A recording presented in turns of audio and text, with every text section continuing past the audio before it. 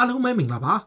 UK Match Day ရဲ့ Facebook နဲ့ YouTube Channel ကနေကြိုဆိုပါရစေ။မနေ့ညကကစားခဲ့တဲ့ Super Sunday ရဲ့ England Premier League ပွဲတွေမှာတော့မထင်မှတ်တဲ့ရလဒ်တွေထွက်ခဲ့သလိုတချို့ကလပ်တွေလည်းရလဒ်ကောင်းခဲ့တယ်။အထူးသဖြင့် Super Sunday ပွဲမှာတော်တော်လေးကိုအကျိတ်နဲ့ရှိခဲ့ပြီးပွဲကောင်းတွေကိုကျွန်တော်တို့ကြည့်ခဲ့ရတာပါ။အစောဆုံးပွဲမှာ Aston Villa ကအိမ်ကွင်းမှာ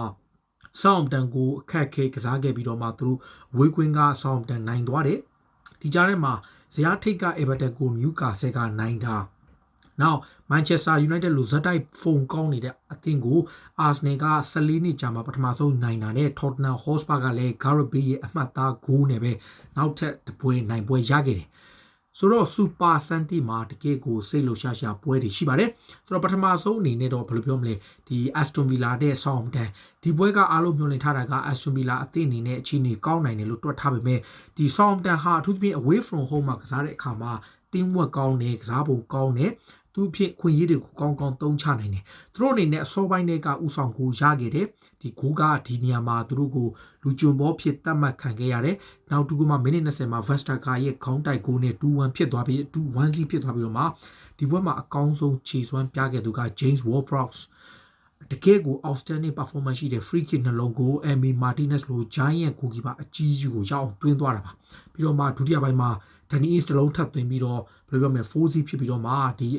Aston Villa ဘက်ကပြန်လိုက်လာခဲ့တဲ့ Tyrone Mings ရဲ့ပြီးတော့မှဒီ Oli Watkins နဲ့နောက်ဒီ Jack Grealish ပေါ်3ယောက်တယောက်တလုံးစီပြန်သွင်းတယ်ဒါပေမဲ့အရန်နောက်ကျသွားပြီအထူးသဖြင့် Villa ဘက်ကရတဲ့ဂိုးတွေကမိနစ်90မှာ2ဂိုးထပ်ရလို့4ဂိုး3ဂိုးနဲ့ပြီးသွားတယ်ဒါပေမဲ့တပွဲလုံးတိုင်းတာနဲ့ကြည့်ရင်ဧည့်သည် Southampton ဟာတကယ်ကိုထိုက်တန်နဲ့နိုင်ခဲ့တာပါဆိုတော့ Southampton အတွက်အဝေးကွင်းမှာထိုက်တန်သွားနဲ့3မှတ်ရရှိခဲ့တာပါနောက်ထပ်တစ်ပွဲကတော့အားလုံးထင်ထားတာကဒီဇယားထိတ်ကလီဗာပူးကဇယားထိတ်ကိုရောက်သွားတဲ့အချိန်Everton အသင်းအနေနဲ့ဘယ်လို response လုပ်မလဲဆိုတာပါဒါပေမဲ့ Carlo Ancelotti ရဲ့အဓိကကသူ့အသင်းမှာတိုက်စစ်ပိုင်းမှာလုံးဝကိုအားနည်းနေတယ် Richarlison ကအခုလောလောဆယ်မှာဒဏ်ရာကြောင့်နားနေတယ် Richarlison ကအခုလောလောဆယ်မှာပွဲပယ်ခန်းသားကြောင့်နားနေတဲ့ချိန်တစ်ဖက်က James Rodriguez လည်းဒဏ်ရာရနေတယ်ဆိုတော့သူတို့အနေနဲ့အဓိကကစားသမားတွေသူတို့လိုအပ်နေတဲ့အချိန်မှာတိုက်စစ်ပိုင်းမှာပုံစံပြောင်းပြီးတော့သူတို့သုံးရတယ်ဒီဘက်မှာသူတို့တော်တော်လေး struggle ဖြစ်သူတို့ 5-4-1 formation နဲ့ကစားတဲ့ Newcastle က 5-4-3-2 formation နဲ့ကစားတဲ့အခါမှာဒီဘက်မှာ 5-3-2 formation နဲ့ကစားတဲ့ Newcastle ရဲ့ခံစစ်ကိုလုံးဝမကြုံနိုင်ဘူးဒီကြားထဲမှာ Newcastle ကိုယ်တိုင်ကအမှန်တမ်းပြောရင်သူတို့ရဲ့မိုးမှန်လေးတွေရှိတယ်သူပြည့် St James Park မှာကစားခဲ့တဲ့အသင်းတွေတော်တော်များများပွဲမှာ Newcastle ဟာကောင်းကောင်းဒုက္ခပေးနိုင်တဲ့အသင်း Everton အသင်းကိုကောင်းကောင်းဒုက္ခပေးနိုင်တယ်လို့ဒီ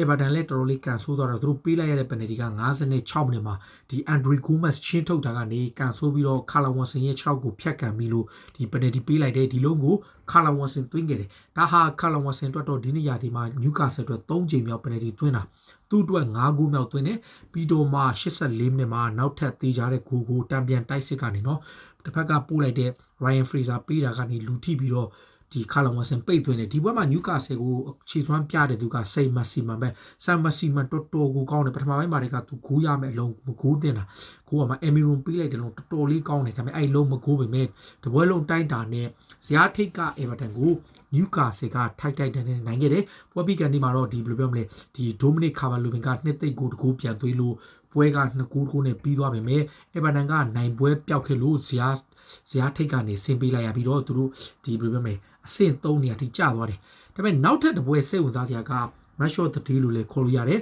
ဒီတစ်ပတ်လုံးရဲ့အကောင်းဆုံးပွဲဖြစ်တဲ့ Super Sunday ရဲ့အကောင်းဆုံးပွဲဖြစ် Manchester United နဲ့ Arsenal ပွဲပါပေးသက်တွေမျှော်လင့်ထားတာက live set ကို9ခုပြတ်နိုင် Paris Saint-Germain ကိုနိုင်ပြီးတော့အမြင့်ပြန်တန်းဖို့ပြင်ဆင်နေတဲ့ Solskjaer ရဲ့အသင်းကို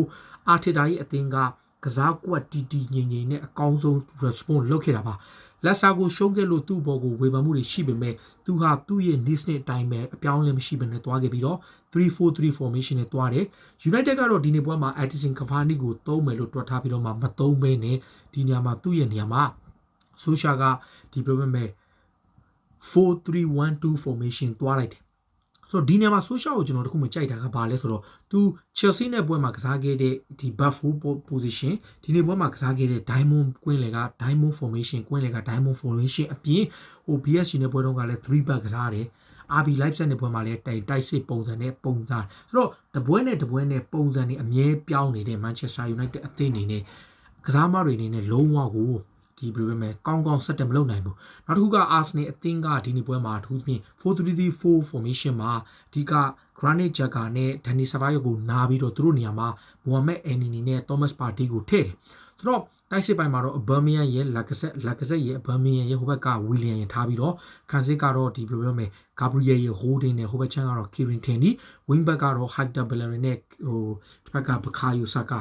Manchester United ကျတော့ဂိုးသမား David De Gea နဲ့ဒီဘက်ချမ်းမှာတော့ Luke Shaw ရဲ့ Maguire ရဲ့ Lindelof ရဲ့ဟိုဘက်က Wan-Bissaka နဲ့ကိုကွင်းလေ3ယောက်မှာကျတော့ Pogba ရဲ့ Fred ရဲ့ Tomine ရဲ့ထားပြီးတော့ရှေ့မှာ Bruno Fernandes နဲ့အထောင်တိုက်စစ်မှု2ယောက်အဖြစ် Mason Greenwood နဲ့ Marcus Rashford United ရဲ့ထွက်လာတဲ့ကစားကွက်ဟာကျွန်တော်တို့မြင်နေလို့မဟုတ်ဘဲနဲ့ strange ဖြစ်တယ်ပွဲစကလေးက Arsenal က front foot လုပ်ပြီးတော့ down shot ကို high pressing လုပ်ပြီးတော့ pressure ပေးတယ် pressing game လုပ်တယ် aggressive လုပ်တယ် pressure ပေးတဲ့အခါမှာ Manchester United ကလုံးဝကိုဘောလုံးပေးလို့မရအောင်နေရာလွတ်ရှာဖို့အရန်ခတ်နေတယ်ဆိုတော့တပွဲလုံးတိုက်တာနဲ့ပထမပိုင်းမှာ Arsenal က chance တွေ create လုပ်တယ်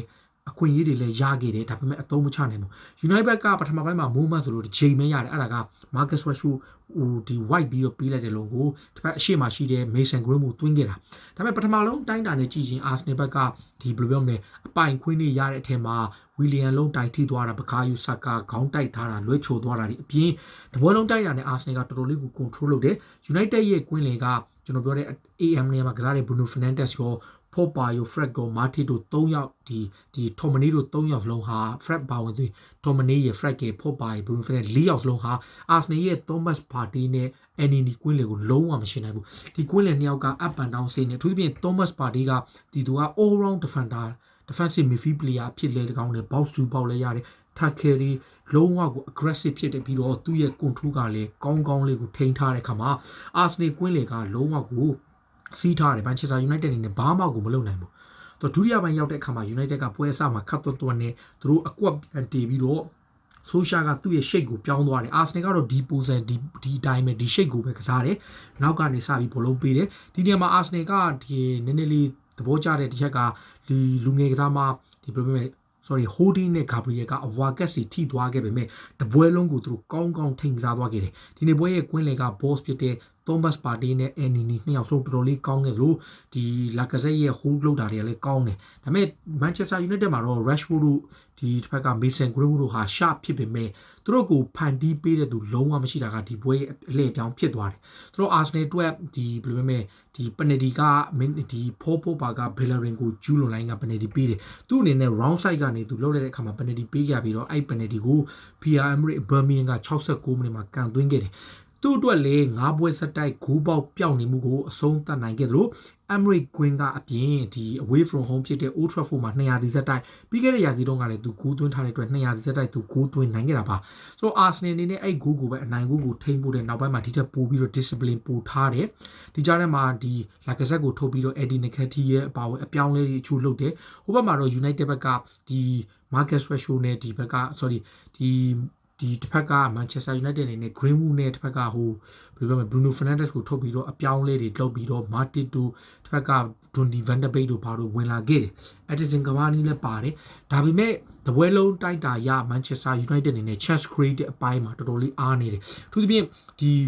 cross ပို့လိုက်တဲ့ Donny van de Beek cross ပို့လိုက်တဲ့အလုံးကို Elneny နဲ့ deflect ဖြစ်ပြီးတော့ဂိုးနိုင်နဲ့တိုင်ထိသွားတဲ့အလုံးကလွဲရင် Manchester United အနေနဲ့ဘယ်လိုပြောမလဲလုံးဝ chance မရခဲ့တာပါဒီနေရာမှာဒီဒိုင်လူကြီးမိုက်တင်ရဲ့ဆုံးဖြတ်ချက်အချို့ပေါ်ကိုတချို့ကတော့မေးခွန်းထုတ်ကြပေမဲ့ဒီနေရာကဖော့ပါက penalty ပေးလိုက်ရတာကတကယ်ကိုပေးတင်ပေးထိုင်လို့ round side ဖြစ်သွားလို့ပြီးရတာနောက်တစ်ဖက်မှာဒီဘယ်လိုပြောမလဲမာတီကိုကျူးလွန်နေတဲ့ Gabriel ရဲ့ကျူးလွန်မှုကိုလည်းဒန်လူကြီးကသူကိုယ်တိုင်တွေးပြီးဆုံးဖြတ်ပြီးတော့မပေးဘူးလို့ဆုံးဖြတ်ခဲ့တယ်။ဒါပေမဲ့ overall အတိုင်းအတာနဲ့ Arsenal ရဲ့ကစားကွက် Mikel Arteta ရဲ့ system သွားနေတဲ့လမ်းကြောင်းသွားနေတဲ့ပုံစံဟာ aggressive ပုံစံနဲ့သူက Arsenal ရဲ့ပြဿနာကသူကဘာလဲဆို United ကို every single second ball တက်ဘောအားလုံးမှာသူတို့ကအသာစီးရအောင်လုပ်တာ Manchester United ဘောလုံးရပြီဆိုတော့2ယောက် energy level အပြည့်နဲ့ကစားတာဒါ high pressing high intensity game ကိုသူတို့ကစားခဲ့တာဒီလိုမျိုးကိုကျွန်တော်တို့ Arsenal မှာမတွေ့တာကြပြီဒါပေမဲ့ဒီနေ့ပွဲမှာ Arsenal ရဲ့သူရဲကောင်းကဒီကွင်းတွေက Thomas Partey နဲ့နောက်ခံလူ Gabriel ပဲသူတို့2ယောက်ရဲ့ show ပဲဒီကြားထဲမှာတောင်ပံမှာ up and down လုပ်နေတဲ့ကစားမတွေပါဒါပေမဲ့ United ဘက်က poor performance ပြခဲ့တယ်ဒီဘာကြောင့် Bruno Fernandes ကိုလဲတော့ကျွန်တော်လည်းနားမလည်ဘူးဒါပေမဲ့ Fernandes ကိုထည့်ထားတင်ပြီးတော့Pogbaကိုထုတ်တင်တယ်ပွဲပြီးကနေမှာ United ဘက်က pressure တွေပေးတယ် Cavani တို့ဘာလို့လဲ pressure ပေးပေမဲ့ well organized ဖြစ်တဲ့ Arsenal အသင်းက Old Trafford မှာ2006ခုနှစ်နောက်ပိုင်းပထမဆုံးချိန်နိုင်ခဲ့တာပါဆိုတော့သူတို့အနေနဲ့လည်းဒီ2015ခုနှစ်မှာ Manchester City ကိုအဝေးကွင်းနိုင်ခဲ့ပြီးတဲ့နောက်ပိုင်း Premier League ရဲ့အဝေးကွင်းမှာထိပ်သီး6သင်းကိုနိုင်တဲ့ပထမဆုံးပွဲပါ9နှစ်အကြာမှာနိုင်တဲ့ပထမဆုံးပွဲပါဆိုတော့ Arsenal အတွက်မှတ်တမ်းကောင်းတွေကိုချီဖြတ်ခဲ့တဲ့အချိန်တစ်ဖက်မှာ United ကတော့1982-83နောက်ပိုင်းအင်ကွင်းရလက်မှာနိုင်ပွဲမရှိဘဲနဲ့ရုန်းကန်နေရတဲ့မှတ်တမ်းအပြင်ဒီအစောပိုင်းရာသီအစမှာနေသူတို့စုစုပေါင်း9ပဲရထားတယ်ဒါဟာ2013-14က David Moyes အသင်းတက်ကိုဆိုးဆိုးဝါးဝါအခြေအနေပါဆိုရှာအတွက်ပွဲတရာပြည့်မှာကန်ဆူခဲ့ရပြီးဘယ်လိုပြောရှုံးပွဲတွေ့ခဲ့ပေမဲ့မီခဲအာတီတာကတော့39ပွဲမှာသူဘာပုံစံသွားတယ်ဘယ်လိုပုံစံလုပ်ချင်လဲဆိုတဲ့အကြောင်းတွေကိုတွေ့ခဲ့တာပါဆိုရှာရဲ့အားနည်းချက်ကဘာလဲဆိုတော့အသင်းရဲ့ shape ကိုခဏခဏပြောင်းနေနောက်တစ်ခုကအသင်းရဲ့ position ပြီးတော့မှသူ့အနေနဲ့ပွဲတရာပြည့်သွားတဲ့တိုင်အောင်သူ့မှာကောင်းကောင်း future ကောင်းကောင်း technique ကောင်းကောင်း plan မရှိဘူးဒါဟာ Manchester United နဲ့ Solskjaer ရဲ့အဓိကပြဿနာပါဝယ်လုံးတိုင်းထားနဲ့ Arsenal deserve ဖြစ်ခဲ့ပေမဲ့ဘယ်လိုပြောမလဲဂျားနေပြီးသက်တွေနေနဲ့တော့တော်တော်နည်းနည်းတော့ဂူးနေသွားတဲ့အတွက်တော့အားရချေနှံ့မှုမရှိကြမှာအနေထားပါဒါကတော့ဒီ Super Sunday ပွဲပေါ့နောက်တစ်ခုက Tottenham က Brighton ကိုအိမ်ကွင်းမှာကစားပြီးတော့မှအကျိတ်နဲ့ကစားခဲ့ရတယ်ဒါပေမဲ့ဒီပွဲမှာအနိုင်ဂိုးသွင်းခဲ့သူက Spurs ရဲ့ hero ဖြစ်ခဲ့မှုတဲ့ Gareth Bale ကဒုတိယပိုင်းမှာဝင်လာခဲ့တယ်အထူးသဖြင့် Spurs ကစောစောစီးစီး penalty ရသွားတဲ့အချိန် Harry Kane သွင်းခဲ့တာကလွဲရင်တပွဲလုံးကိုသူတို့လည်းဘယ်လိုပြောမလဲဒီ struggle ဖြစ်နေတာပါဒီ penalty ရသွားပြီးတဲ့အချိန်မှာ Kane ကိုပြစ်ဒဏ်ကျူးလွန်လို့ penalty ရတယ်အဲ့ penalty ကို Harry Kane သွင်းပြီးတော့သူ့အနေနဲ့ performance ကောင်းကောင်းဆက်ပြတယ်ဒီလိုနဲ့အကျိတ်နဲ့ကစားရင် Tottenham ဘက်ကဘယ်လိုပြောမလဲကစားဖို့ရောတိရောရဲနဲ့တကူးနဲ့ထိမ့်ဖို့လုပ်နေနေမှာ56မိနစ်မှာ YBO ကိုပြစ်ဒဏ်ကျူးလွန်မလို့ဖြစ်တဲ့ဘောကနေလမ်တီကသွင်းသွားတာအဲ့ဂိုးသွင်းပြီးတဲ့အချိန်မှာဒန်လူကြီးဖြစ်သူက VAR ပြန်ကြည့်ပြီးတော့ဖုန်းဖြစ်လားမဖြစ်လားဂိုးမပေးသင့်လားမပေးသင့်လားဆုံးဖြတ်ခဲ့တဲ့အခါမှာဧည့်သည်တင်ကံကြမ္မာကောင်းရခဲ့တယ်ဒါပေမဲ့83မိနစ်မှာဒီလူစားဝင်လာတဲ့ထဲက Major Superstar ဟောင်းဖြစ်တဲ့ Gareth Bale ကိုယ်တိုင် Reguilon ရဲ့ cross ကနေလှလှပပခေါင်းတိုက်ပြီးတော့အနိုင်ဂိုးသွင်းသွားတယ်အဲ့ဒီနိုင်ပွဲက Tottenham အတွက်အရန်ကိုအရေးပါသလိုဒီနိုင်ပွဲက Spurs အသင်းကို Premier League မှာအဆင့်2နေရာကိုပို့လိုက်တာပါဇယားထိတ်ကလီဗာပူးကဟိုတနေ့ကနိုင်တော့16မိနစ်ထိတ်မှာရှိပြီးတော့Tottenham Hotspur က14မှတ်နဲ့ဒုတိယ Everton Southampton နဲ့ Wolverhampton တို့က13မှတ်စီရှိကြပြီးတော့12မှတ်ရတာက Chelsea ရဲ့ Aston Villa ရဲ့ Leicester City နဲ့ Arsenal အသင်းတွေပါဒါကတော့စနေနေ့မှာရှိတဲ့ဒီ Premier League ပွဲတွေအပြီးမှာ Sunday မှာကန်တဲ့ Super Sunday ရဲ့ပွဲကြီးပွဲကောင်းတွေပါပရိသတ်တွေကရော United ရဲ့ performance ကိုမြင်လဲ Arsenal ရဲ့ performance နောက်တစ်ခုက Social Bar တွေအားနေနေလဲ Mikel Arteta ကရောတစ်ဖက်မှာတော့ Gareth Bale ဂိုးသွင်းတဲ့အတွက်Tottenham Hotspur ကရောဒီနေ့ရာသီမှာချန်ပီယံဖြစ်နိုင်ဖို့အခွင့်အရေး challenge လုပ်နိုင်မဲ့အခြေအနေမျိုးရှိတာတစ်ဖက်က Everton ရဲ့ရှုံးပွဲကြောင့် Everton တို့ Villa တို့ဟာပုံမှန်တိုင်းကိုပဲပြန်သွားမလားဆိုတာကိုတော့ကိုမတ်မှာဝင်ရောက်မှတ်ချက်ပေးကြပါလို့ပြောရင်းနဲ့အားလုံးကိုကျေးဇူးတင်ပါဗျ